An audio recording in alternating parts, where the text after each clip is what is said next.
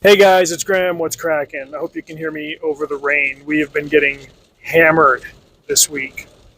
Okay, the Bartimaeus trilogy by Jonathan Stroud is a series that came out about 20 years ago, right in the middle of the Harry Potter heyday, and it draws a lot of comparisons to it because it's about an orphan boy being raised by people who don't like him, and he learns magic in modern day London.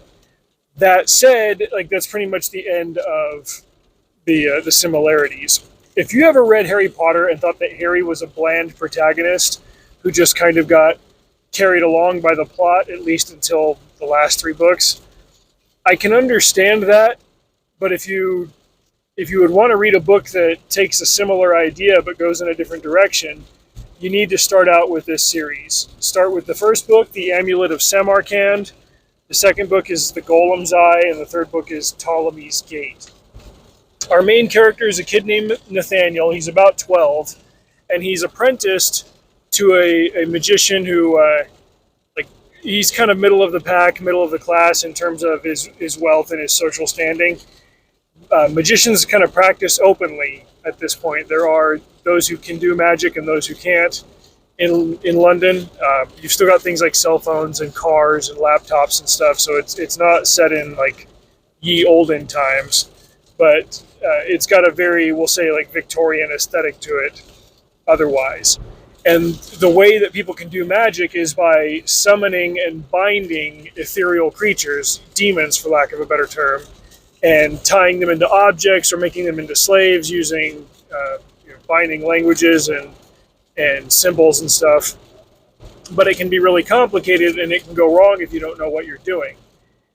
Nathaniel, when he starts out, is a pretty good, well mannered little boy, but he also has to do most of his own education and self teaching because his master is busy with other pursuits, keeping up appearances and stuff. When a bunch of other magicians come around the house and his master wants to show him off, Nathaniel is able to prove that he actually knows what he's talking about, but he mouths off to one of the fellow magicians who belittles him, and the guy ends up humiliating Nathaniel in front of everybody. It really like hurts him profoundly. So much so that Nathaniel decides to get revenge on this guy by throwing himself into his studies and learning how to summon a demon that's way above his level and binding it and everything to go get revenge on Simon. And he utterly screws it up. The rest of the first book is about him dealing with the fallout of that and still trying to salvage A, his original mission, and like B, unpickle himself from the screw up that he got himself into. Now the book is told through two separate narratives. There are chapters from Nathaniel's point of view and chapters from Bartimaeus' point of view. Bartimaeus is the genie that he summons. Bartimaeus is thousands of years old. He's got all kinds of knowledge and wisdom and everything, but it is the curse for these demons in this book to be susceptible to magicians' controls. And as such, it is usually their prerogative to try to break free of the magician's controls in any way that they can. Bartimaeus doesn't want to be enslaved by any magician, least of all a 12-year-old boy, but Nathaniel was at least clever enough to put kind of a dead man switch into the spell that he crafted, and so Bartimaeus is forced to help him see this thing out to its natural conclusion. The chapters that are from Bartimaeus' point of view are first person, and he just has a tremendous, incredibly entertaining voice. He's very self-assured. He's almost a little bit borderline unreliable as a narrator, just because at times he can aggrandize himself more than more than he can really live up to. But there are also humorous footnotes sprinkled throughout the book where he corrects himself. He's like, well, no, not this, not that, whatever. But he's very, very funny. He's very entertaining, but he also tells the story very well. The chapters from Nathaniel's point of view are third person.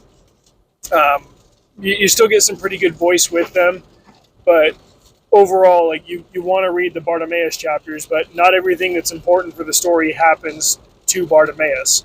So you benefit greatly from having the two perspectives. It's just like this is one of those cases of say a middle grade or a young adult book that stands up to adult readings just because the plot and the characters and the revelations and the stakes, the tension of all of it, it's very elevated. It's complex enough to entertain a mind that is used to reading, for lack of a better term, like higher literature. It's complex enough to be entertaining for all four of those quadrants, we'll say. The sequels follow a very natural and understandable progression without me spoiling the end of the first book. But the second and third books, they add another perspective. There's another character that comes into the mix, a girl named Kitty, who is non-magical, and she ends up joining kind of an underground anti-magical rebellion group. And she crosses paths with Nathaniel in the second book and becomes entangled with him by the end. But not in the way that you might think. There's very little in this series that happens according to the tropes and the dicta of middle grade and young adult fantasy. It's one of those series that, like, I guess it was pretty successful, but at the same time, I feel like not enough people know about it, read about it, or talk about it. I've bought hardcover copies of all of this. I've been through the audiobooks several times. I can't remember the name of the narrator, but he does a fantastic job. You can always tell when he's reading a footnote just because of the way that his voice and inflection changes. Without giving too much away, and I will eventually do summary videos of these books like I did with the Aragon one.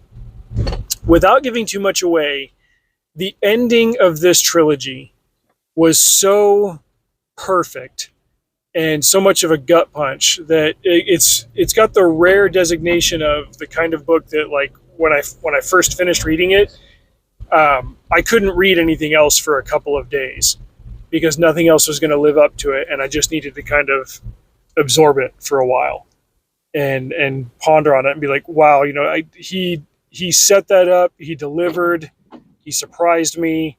This was like, nothing about this was what I expected. And if you're going to be subversive with tropes, this is the way to do it. I highly, highly recommend you check out this trilogy. The fourth book is called The Ring of Solomon. It's a bit of a prequel, but not necessarily to anything to do with Nathaniel. It happens thousands of years beforehand. It's during the construction of Solomon's temple. And in this continuity, Solomon had knowledge of the magic and the demons and whatever, and he used enslaved Ginny and other creatures and stuff to do the construction of the temple's walls and foundations and stuff. And Bartimaeus was one such creature, but there's a particular adventure that he gets wrapped up in. There's a familiar element of a human character who gives us some of the story from her perspective in third person, but it's really there to be Bartimaeus' story, and you get a couple of appearances of other demons that were there for the main trilogy. I thought that this book was fine and good on its own, but it was kind of like watching a Pirates of the Caribbean movie with, Jack Sparrow, but without Will Turner and Elizabeth. I think for the formula to work, it requires Bartimaeus and Nathaniel. Bartimaeus is great as a component character, but really, as great as his voice is, he's more effective as part of an ensemble cast. So if during the mid-2000s glut of magical young adult fantasy you somehow missed this trilogy, even as an adult reader, you can have a really enjoyable time with it. It is very clever, it is very intelligent, and the characters feel very real in a way that other children in middle grade and YA don't. I joked for a long time that when I was in my 20s and I was writing YA, it was all about kids stepping up to do the things that adults couldn't. And now if I tried to write YA, it would be about kids trying to do something like that and utterly screwing it up because they're dumb kids and an adult needs to step in and save them. You need to read this series, and especially for the way that it all comes together in the end. But that isn't to say that if you read the trilogy that you'll be bored until you get to the end. It's consistently entertaining all the way through. I will say that the second book, when it introduces that third viewpoint character, it kind of slows down a little bit, but it would have been tricky to introduce her in the first book just because of the way that it all plays out. Um, just read it and you'll see, and it's great. I heartily endorse it from there, and I've even talked myself into rereading it now that I think about it. It's probably been, I don't know, 5 or 6 years since I did. Anyway, check out the Bartimaeus trilogy. As usual, link in description, affiliate link. I get a little piece of it if you decide to buy it from there. Drive safe. See you out there.